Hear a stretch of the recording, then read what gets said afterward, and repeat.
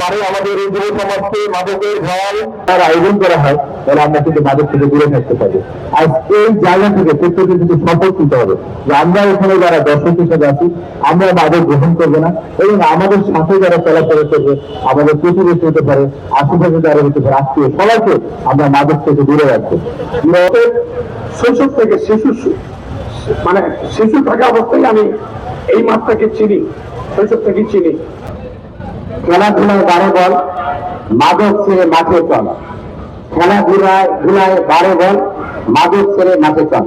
আমি আপনাদেরকে অনুরোধ করবো, এই শুধু আজকে এই গোসাগঞ্জ এই মাঠে এই খেলা নয়, এই খেলাটি দিনাজপুর জেলার আমাদের যে লক্ষ্য উদ্দেশ্য, আমাদের আগামীর প্রজন্ম, আমাদের যুবক সমাজকে আমরা কোনোভাবেই মাদকের দিকে ঠেলে দিতে পারি না।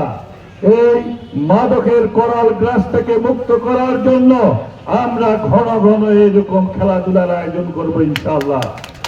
আমরা চাই আমাদের প্রত্যেকটা এলাকায় খেলাধুলাকে আমরা অগ্রগামী করে রাখবো।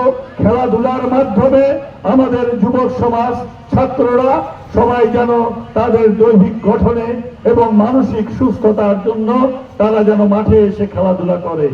আমরা সেটা লক্ষ্য রেখে আমাদের প্রিয় নেতা, আমাদের দলের চেয়ারম্যান, মাননীয় প্রধানমন্ত্রী জনাব তারেক রহমান সাহেব খেলাধুলার প্রতি অনেক আগ্রহ দেখিয়েছেন, অনেক বাজেট দিয়েছেন।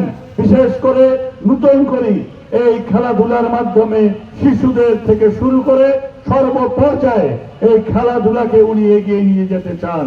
আমরা তাই সকলকে অনুরোধ করব, আজকের এই খেলায় যারা দর্শক শ্রোতা এসেছেন, আপনাদের কাছে আবার অনুরোধ, আপনারা বোচাগঞ্জের মানুষ, আপনারা সবাই ভদ্র সভ্য, এটা আবারও আপনারা প্রমাণ করবেন। এই খেলায় যেন কেউ বিশৃঙ্খলা সৃষ্টি করতে না পারে। আমাদের স্বেচ্ছাসেবকরা রয়েছে, তারা সব দিকে থাকবে। কেউ কখনো কোনো ঘটনায় আপনারা মাঠের মধ্যে প্রবেশ করবেন না। একমাত্র যারা কর্তৃপক্ষ আছে তারাই মাঠে থাকবে, আমাদের খেলা পরিচালনা যারা করছে তারা মাঠে থাকবে। তার বাইরে যে কোনো ঘটনায় এখানে কর্তৃপক্ষ যে সিদ্ধান্ত নেবেন সেই সিদ্ধান্তই চূড়ান্ত।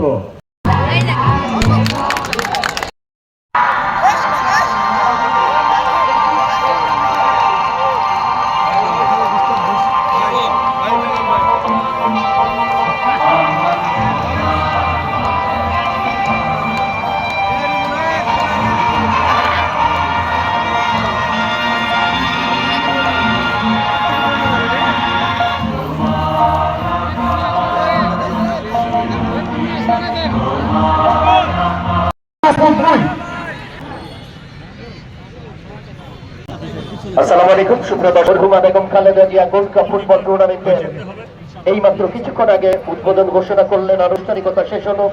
এখন আজকের এই যে আগে গোল করবে রবি ভাইয়ের পক্ষ থেকে 1000 টাকা এই মাত্র খেলা শুরু হয়েছিল। ম্যাচ গত পরশু দিন আপনারা দেখেছেন বিরলের পাইলট মডেল উচ্চ বিদ্যালয়ের মাঠে, যেটিতে পরস্পরের মোকাবেলা করেছিল।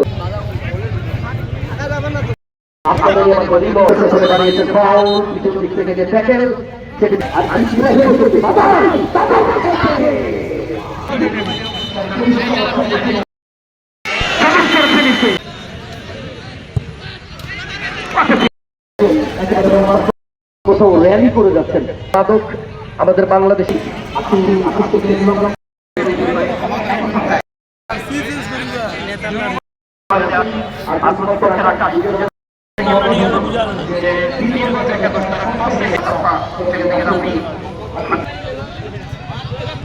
মাঠের উত্তর দিকে চলে গেছে।